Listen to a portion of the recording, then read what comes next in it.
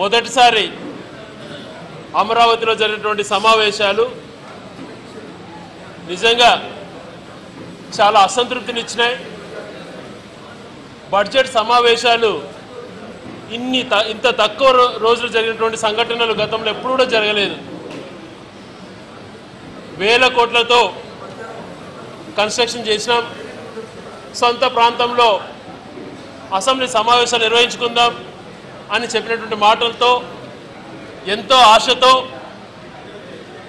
సొంత రాష్ట్రంలో సమావేశాలు మొదటిసారి జరుగుతున్నాయి. ఇక్కడన్నా కూడా ప్రభుత్వం స్పందిస్తుంది, ప్రతిపక్షం ఏదైతే అంశాలు లేవనెత్తుతుందో ఆ అంశాలపైన చర్చకు తీసుకుంటుంది అని చెప్పి ఎంతో ఆశించాం. బీఏసీ సమావేశంలో 41 అంశాలపైన మేము ఇవ్వడం జరిగింది. అన్ని అంశాలు కూడా కవర్ చేద్దాం, అవసరమైతే సమావేశాలు పొడిగిద్దామని చెప్పారు. కానీ ఏ రోజు కూడా మేము ఇచ్చినటువంటి ఏవైతే ఇచ్చామో సమస్యలు అన్నీ కూడా 41 సమస్యలు వాటిపైన చర్చిద్దామని ఒక్క రోజు కూడా అధికార పార్టీ పిలుపునివ్వలేదు. కనీసం మాకు ఇన్ఫార్మ్ కూడా చేయలేదు. ప్రతిరోజు ఏదో రకంగా సభను తప్పుదోవ పట్టించేటువంటి ప్రయత్నం. కనీసం ముఖ్యమైనటువంటి సమస్యలను టేకప్ చేద్దాం. రాష్ట్రం కరువుతో అల్లాడిపోతుంది. అగ్రిగోల్డ్ బాధితులు దాదాపుగా 20 లక్షల మంది ఉన్నారు.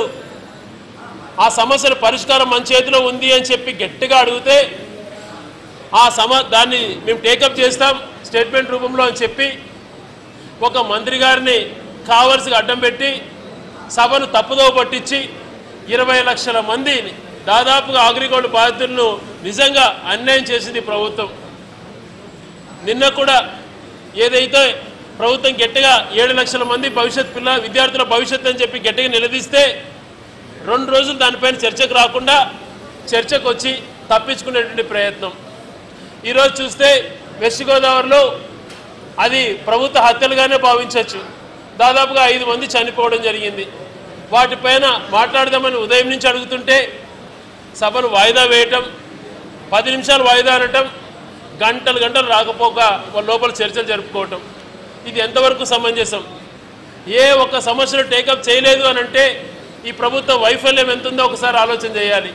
ఈ ప్రభుత్వ వైఫల్యం కంటే కూడా ప్రతిపక్ష పార్టీ నిలదీస్తే ప్రజల్లో చురుకులవుతామని చెప్పి భయపడి పారిపోయింది ప్రభుత్వం. మరి 41 సమస్యలపైన దేని టేకప్ చేయలేదంటేనే అర్థమవుతుంది.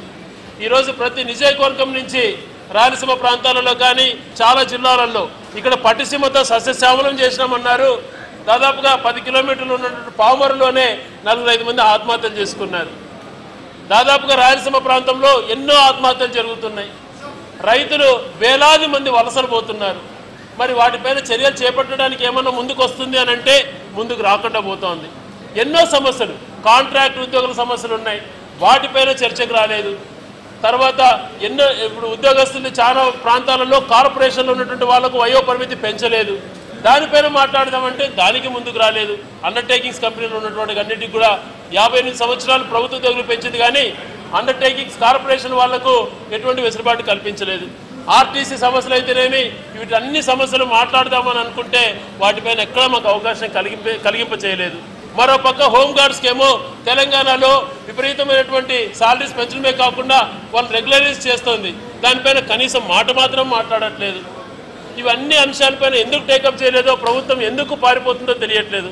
అంగన్వాడీ జీతాలు తెలంగాణలో ఎన్నో 2 రెట్లు 3 రెట్లు పెంచితే ఇక్కడ పెంచినటువంటి జీతాలను కూడా వాళ్ళకి సరిగా ఇవ్వటం లేదు అంగన్వాడీ టీచర్లకు. ఈ రకంగా ప్రతి సెక్షన్ని అనుదొక్కేటువంటి ప్రయత్నం. నియోజకవర్గ సమస్యలు చెప్తే దాని గురించి పట్టించుకోలేదు. ముఖ్యంగా అన్నిటికన్నటువంటి ముఖ్యమైనటువంటి సమస్య దాదాపుగా మేము మొన్న చాలా గట్టిగా మాట్లాడాం హౌస్లో, బ్యాక్వర్డ్ డిస్ట్రిక్ట్స్ గురించి చర్చ చేపడదాం, చాలా వెనకబడిపోయినా అని చెప్పి.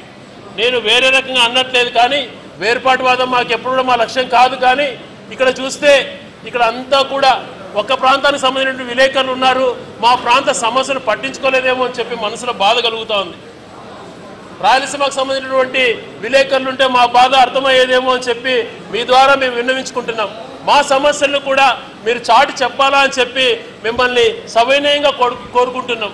ఎందుకంటే ఈరోజు రాయలసీమలో ఉన్నటువంటి సమస్యలు చాలా దారుణంగా ఉన్నాయి. ఈరోజు వేలాది కోట్ల కేంద్ర ప్రభుత్వ నిధులు అన్నీ కూడా వస్తున్నాయి. ఆ నిధులు అన్నింటినీ కూడా ఇక్కడే ఒక ప్రాంతంలోనే ఖర్చు పెట్టేటువంటి ప్రయత్నం జరుగుతూ ఉంది. మా వాటా మాకు ఇవ్వట్లేదు. స్పెషల్ డెవలప్మెంట్ ప్యాకేజ్ ఉన్నది, దాన్ని కూడా సరిగా నిధులు అమలు చేయనట్లేదు. ఈ రకంగా అన్ని రకాల అన్యాయం జరుగుతుంది. గతంలో కర్నూలు రాజధాని ఉన్నది, రాజధాని ఇక్కడికి మార్చేటప్పుడు రాష్ట్ర విభజన జరిగింది. మళ్ళీ దీనిపైన మనం అందరం కోఆపరేట్ చేయాలని కోఆపరేట్ చేస్తే హైకోర్టు విషయంలో అయినా మాకు పెడతారు అని చెప్పి ఎంతో ఆశించాం. హైకోర్టు పైన నిర్ణయం తీసుకోలేదు. ఈరోజు పట్టిసీమతో పోలవరంతో రాయలసీమ సస్యశ్యామలం అవుతుంది అంటున్నారు. మేము ఒకటే కోరుతున్నాం, అంతో కొద్ది గొప్ప లబ్ధి చేకూరుతుంది. కానీ ఇప్పుడు నాగార్జున సాగర్ టైల్ పండ్ చేపట్టి నాగార్జున సాగర్ స్టెబిలైజ్ చేసి శ్రీశైలం ప్రాజెక్టు మొత్తం రాయలసీమ కేటాయించాలి అని చెప్పి చర్చ జరుపుదామంటే దానికి ముందుకు రాలేదు. బ్రిజేష్ ట్రిబ్యునల్ కమిటీ తీర్పు త్వరలో రాబోతోంది.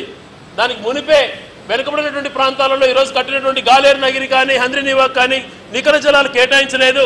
దానిపైన ఒక ఆర్డినెన్స్ కేంద్ర ప్రభుత్వం నుంచి ఒత్తిడి చేసి తెద్దాము అని అంటే దానికి ముందుకు రావట్లేదు. ఈ రకంగా అన్ని రకాల ఇబ్బందులు జరుగుతున్నాయి. ఇక్కడ మాది జోన్ 4 ఉంది. ఉద్యోగస్తుల విషయాలలో ప్రమోషన్ విషయంలో రాయలసీమకు సంబంధించినటువంటి జోన్ 4 ఉద్యోగస్తులను ప్రయారిటీ ఇవ్వటం లేదు. చాలా స్పష్టంగా కనిపిస్తోంది. దయవుంచి మిమ్మల్ని నేను కోరుకుంటున్నా, రిక్వెస్ట్ చేస్తున్నా, మా యొక్క ఆవేదనను తెలియచేయండి. ఒక జోన్ ప్రాంతానికి చాలా అన్యాయం జరుగుతుంది. ప్రమోషన్స్ రావటం లేదు జోన్ 4లో. ఈ అంశాలు చాలా గట్టిగా మేము మాట్లాడదాము అని చెప్పేటువంటి దానిపైన మేము మాట్లాడితే దానిపైన అవకాశం ఇవ్వటం లేదు. మరి ప్రమోషన్స్ విషయంలో కానీ దాంట్లో రావాల్సినటువంటి వాటా పైన కానీ ఎటువంటి నోరు విప్పట్లేదు. ఈ ప్రాంతాలలో ఏవైతే ఉద్యోగాలు కేటాయిస్తున్నారో అవి కూడా రాయలసీమ వాటా ప్రకారం ఇవ్వాలా అని చెప్పి గట్టిగా డిమాండ్ చేస్తున్నాం. ఇవన్నిటినీ కూడా చేస్తారు అని చెప్పి ఆశిస్తున్నాం. దయవుంచి ఎందుకు అడుగుతున్నాము అని అంటే మరొకసారి ఇటువంటి ఆలోచన రాకూడదు. ఒక ప్రాంతాన్ని నెగ్లెక్ట్ చేస్తున్నటువంటి ఆలోచన రాకుండా ఉండేటువంటి ప్రయత్నం చేయాలి. కాబట్టి రాయలసీమ ప్రాంతానికి ఇప్పటి వరకు జరుగుతున్నటువంటి అన్యాయాన్ని నిజంగా ప్రభుత్వం పరిశీలన చేసి దానిపైన దృష్టి పెట్టాలని చెప్పి కోరుకుంటున్నాం. అదే రకంగా ఈరోజు ఇంత ఇన్ఫ్రాస్ట్రక్చర్తో టెంపరీ రాజధాని అనేటువంటి పరిస్థితులు ఉన్నాయి. ఇదే టెంపరీ రాజధాని మా ప్రాంతంలో తిరుపతిలోనో కర్నూలులోనో కట్టినంటే ఎంతో సంతోషంగా ఉండేది. రెండో రాజధానిగా రాయలసీమను ఎందుకు ఎంచుకోకూడదు అని చెప్పి కూడా గట్టిగా డిమాండ్ చేస్తున్నాం.